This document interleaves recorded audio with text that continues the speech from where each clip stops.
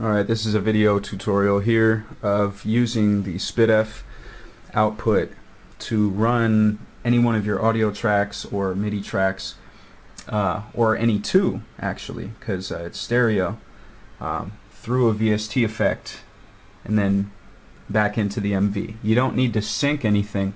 However, if you are using a tempo based effect like a tempo synced delay or something of that nature, you're going to have to change the tempo in Cubase to match that of the project in the MV-8000 or 8800. So the first thing to do here is, well, for one, to make sure that you have a digital cable running from the output of the MV to the input of your computer or digital audio interface, and if you can't figure that out, then I don't know why you're watching this. Anyway, we're going to go to System and pick the global panel, and down here that's highlighted, you want to make sure that the digital output select is multi 1 and 2, or whichever pair, just whatever pair you pick, remember that, and go to track parameters of the one that you want to play, and go to mixer and pick the track you want to play and make sure it's multi 1 or 2. In this case I'm running a mono, so it's just going to be multi 1, which means it'll only go out on the left channel, and that means when we resample the output of the digital audio interface, we're only going to need to sample left, and just run your cables, do everything there, and that's how to set it up in the MV. We're going to exit out. Just for simplicity's sake, we're going to go ahead and solo this. And done. So I don't actually have a cable long enough. I only have a 4-foot SPDIF cable, which will not reach from there to here. I probably need about 6-7 feet. Anyway, we're going to go into Cubase here. I'm using Cubase SX2, and I'll just go ahead and void this stuff. So the way you want to do it is, you go to Project, you want to add an FX channel.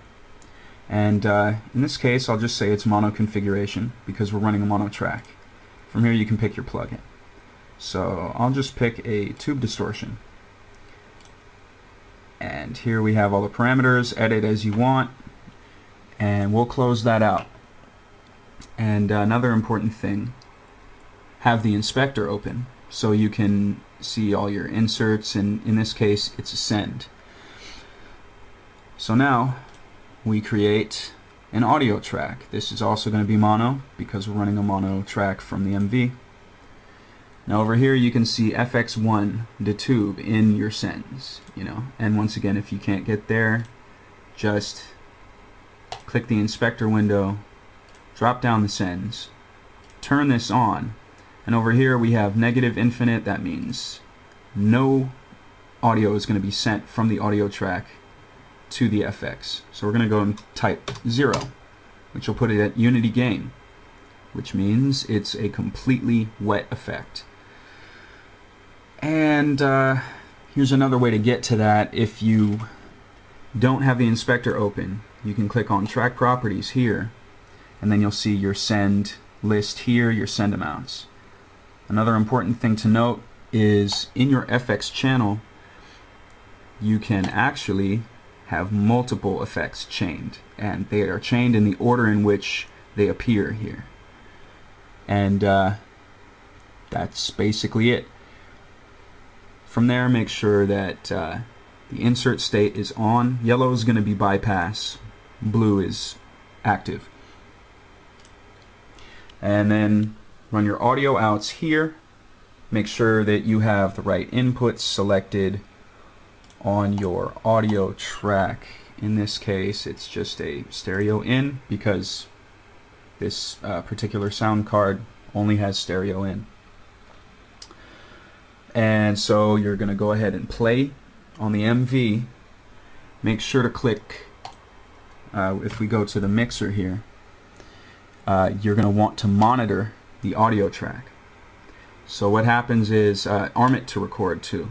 So the audio is going to come in from the MV to this audio track. It's going to be sent through the effects here, and then we're going to hear the result here. It's important to do it on monitor, that way you don't have to sync anything.